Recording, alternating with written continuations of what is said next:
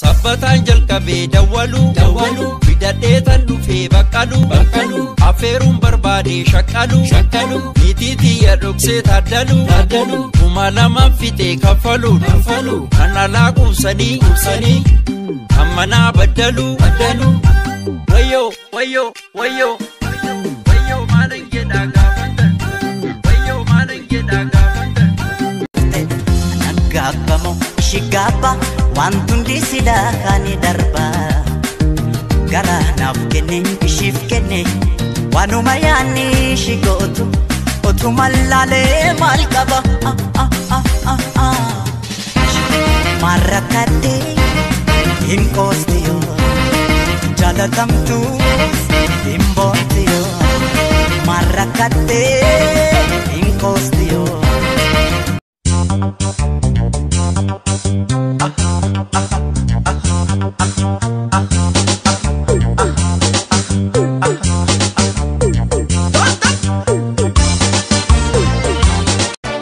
Kamihimen kam isa wanati naftate rakkanane rakkate gaddinane gaddite obseeko biktuko yaa goota jaalala naaf jiraadhu malee maalan jedha sila walaloo zalaalama barraa tokko sii jedha waggaa 10 meeqan dura dhaggeeffadhe waan akkasii kun isa rakkiseetu beekta akkamittiin caalee akkamittiin gurbaana dhaga'uu diddaa'edha caalii sanyii dhiiraa caalii sanyii guddaa kan dur lammiin kee ajjeesee dibatee tufeen arraabne gafarsaan gaditti saawwaatti lakkaa'e yeroo yoo argatu raadiyoon sii waadee qawween sii akaa'e ammam lammii keetiin walii galtee diddee mana gumaalitti alma haa jedheetu afaan kottaafu kan shan ta'ee dhufu Almakiya falmata biya goota kujejjebe abbe lal wabo abo lal wabo wana tota biya kombili summa kenya flatene sani tape wayo lal wabo abo lal wabo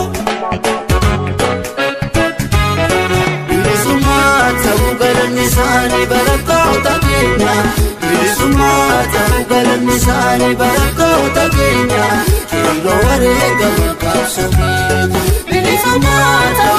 Nisani barakota Kenya, Bilisumata Nisani barakota Kenya, Kilo warega makasami Kenya. Wanti barabaran baratabiya kora sasantum tanifi. Akalamiko Laya mogori danganga margau obsusna fintane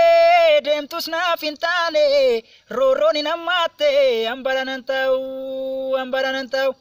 surre jilbaran umte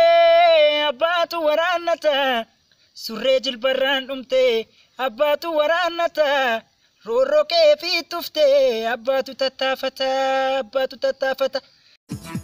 Marabata fanulai siti jufate galei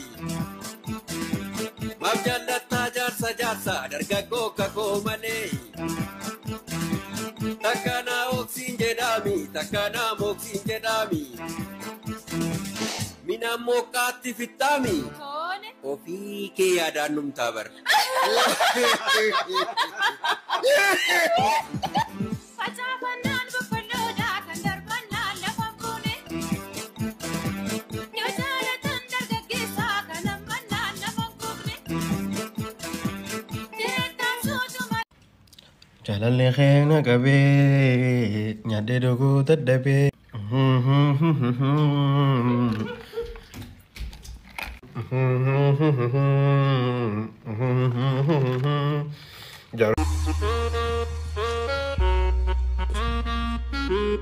Thank you.